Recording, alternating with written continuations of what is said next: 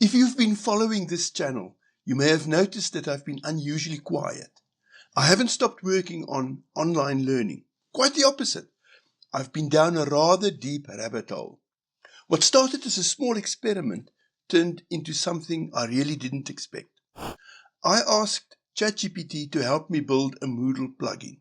I ended up with 5. Could I actually build one? I kept asking myself the question. Could someone who understands education but isn't a traditional programmer use AI to create a real Moodle plugin? Not just a toy, not something that works only on a computer, a proper Moodle activity that educators could install and actually use. So I decided to find out. I thought I'd build one plugin. I ended up building 5. 5 siblings. 5 different ways of helping educators create self-reflection activities in Moodle. But somewhere along the way, I realized that the 5 plugins weren't actually the most important discovery. What really surprised me was, who can now create educational software? Let me show you what happened. Before I show you what I built, I should explain what I was trying to do. I wasn't looking to recreate Moodle plugins that already existed. I wanted tools that addressed real educational needs I had encountered. And I wasn't trying to become a web developer. I'm not a programmer and I don't particularly aspire to become one. But I did want an under-the-hood, dirty hands understanding of the technology I use every day. Think of it as owning a car. You don't have to become a motor mechanic to benefit from occasionally getting your hands dirty and understanding some of the nuts and bolts. The first problem was this. How do I create reflection questionnaires that can be tailor-made for almost any situation? For example, I couldn't find a Moodle plugin that presented people with a group of choices and asked them to select both the one that they were the most drawn to and the one that they were the least drawn to. That could mean most interested, least interested, like the most and like the least. Or even if you are creating a rather unusual dating questionnaire, most likely to marry and least likely to marry. The important thing is that the educator decides what the choices mean. If you know of a Moodle plugin that already does this, please tell me in the comments. The second problem was more ambitious. How would I take the results from one questionnaire and combine them with several others and bring all that evidence together? Not to produce a score or some definite label saying, this is who you are. I wanted a discussion document that could help someone reflect. Could several different activities contribute pieces of evidence, which when brought together, reveal patterns worth thinking about? And there was the third problem. Could I make these reflection instruments almost infinitely adaptable? I wanted educators to plug in their own questions, statements, and choices so that the same plugin could explore completely different subjects. And if someone created a really useful instrument, I wanted them to be able to share it with another educator with as little effort as possible. So I had 3 problems. Create different kinds of reflection, combine the evidence, and make the instruments easy to adapt and share. It turned out that all 3 requirements could be addressed surprisingly simply with the help of ChatGPT. AI helped me create 5 different Moodle plugins, each taking only a few hours to get to a working first version. Together they helped my customer ask their students 5 quite different questions. And that is where the 5 finders began. You can actually test drive all 5 yourself. I'll show you where in a moment. Self-profile builds an inventory of personal traits and perceived strengths from statements that the educator defines.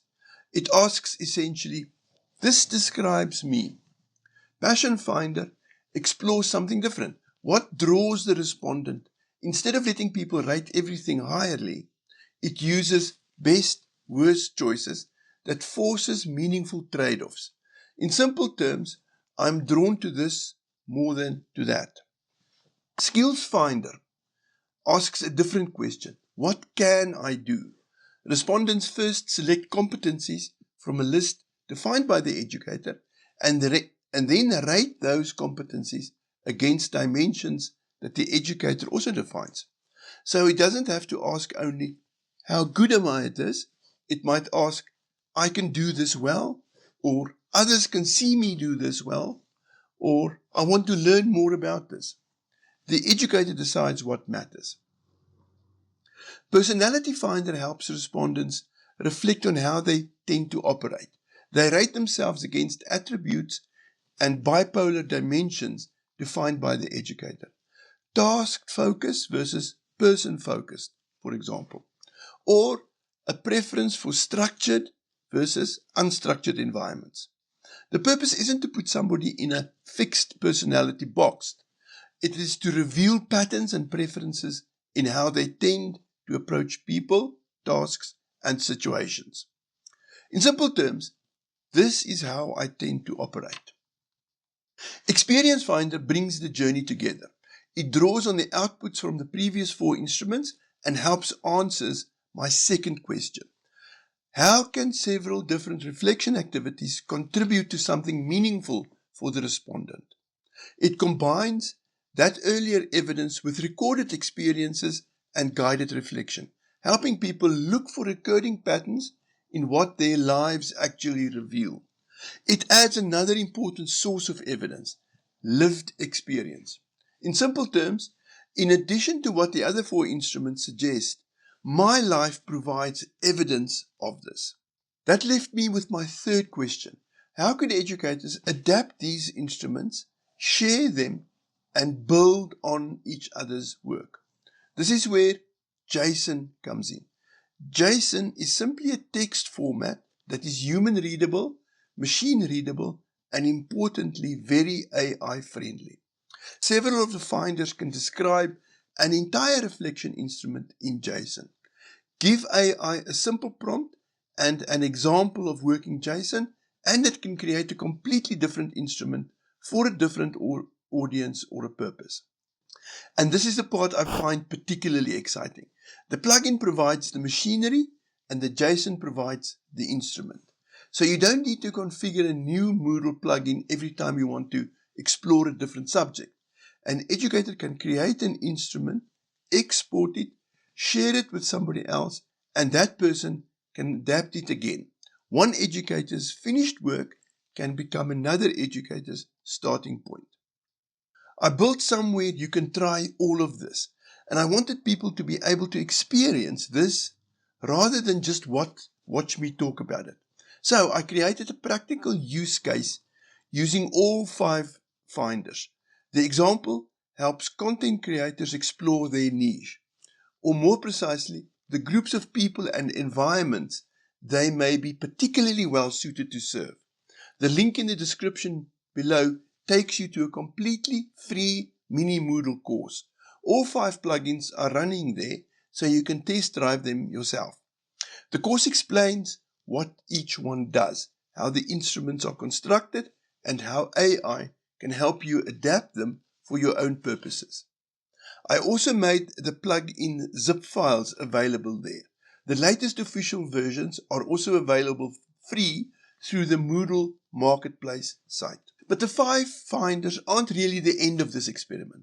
For me, they're evidence of something much more interesting. An educator with a problem, some subject knowledge, and access to AI can now participate in building educational software that would previously have required specialist programming skills. I'm certainly not suggesting that programmers are no longer needed. I'm suggesting that educators can now get much closer to the machinery they're working with. So I'm back. In the next videos, I'll show you how I created these plugins, how they work, what went wrong along the way, and what else we might be able to build with ChatGPT and Moodle. If that interests you, please subscribe. But first, follow the link below and take the 5 finders for a test drive. Then come back and tell me what you think we should build next.